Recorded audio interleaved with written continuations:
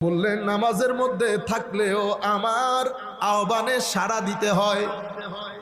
তুমি কোরআন পড়ো নাই, কোরআনের মধ্যে কি আল্লাহ বলে নাই ইয়া আইয়ুহাল্লাযীনা আমানুস্তাজিবু লিল্লাহি ওয়ালির রাসূলি ইজা দাআকুম।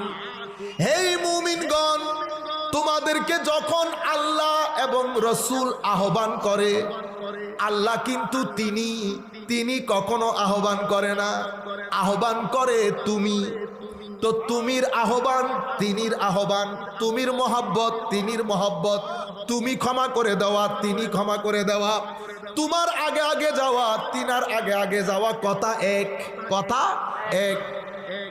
আমার আল্লাহ বলছেন, হে মুমিনগণ, আল্লাহ এবং রসুল যখন তোমাদেরকে আহ্বান করে, তোমরা তাদের ডাকে না, তার ডাকে সাড়া দাও। তার ডাকে হওয়ার দরকার ছিল, তাদের ডাকে হয়ে গেছে, তার ডাকে আহ্বান দুইজন, সাড়া দিব একজনের, সাড়া দিব একজনের। এভাবে আমার আল্লাহ কোরআনের অন্যত্র বলছেন, ওয়ামাইয়াসিল্লাহা ওয়া রাসূলাহু, যারা আল্লাহর এবং রাসূলের অবাধ্যচরণ করে। আপনারা বলেন আল্লাহ এবং রসুলের নাম এক জায়গায় রাখলে নাকি শিরিক হয়ে যায়? তো আমার আল্লাহ এখানে আমাদেরকে কি শিখাইলেন? ওয়ামাইয়াসিল্লাহা ওয়া রাসূলাহু, যারা আল্লাহ এবং রসুলের অবাধ্যচরণ করে, ওয়ায়াতাআদ্দা হুদুদাহু, এবং তার সীমা লঙ্ঘন করে। হওয়ার দরকার ছিল তাদের সীমা লঙ্ঘন করে, কিন্তু এখানে হয়েছে তার সীমা। মওলা কার সীমা? আমার আল্লাহ বলছেন তার সীমা। মওলা আপনার না, কোনা আমি তো তিনি, আমি তিনি, আমার সীমা তুমি কেমনে লঙ্ঘন করবা?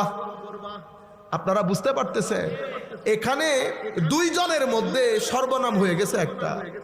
এই জন্য আমাদের পূর্ববর্তী উলামায়ে কেরাম বলতেন না, মোহাম্মদ খোদা নিহি, খোদা সে জুদা নিহি। জুদা করেন আয়াতের মধ্যে, টানাটানি করেন। হু তো ইয়া আইয়ুহাল্লাযীনা আমানু লা তুকদ্দিমু বাইনা ইয়াদাইল্লাহি ওয়া রাসূলিহি। সাহাবায়ে কেরাম হেঁটেছে রসুলের আগে, কাজ করেছে রসুলের আগে।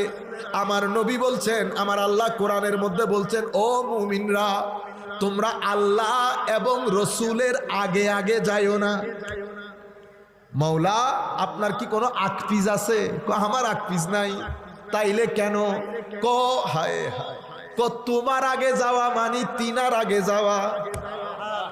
তোমার আগে যাওয়া মানি বেশি পণ্ডিতি করে লাভ নাই। আপনি বেশি তৌহিদ বুঝে গেলেন, আগে আগে দৌড় দিতেছে।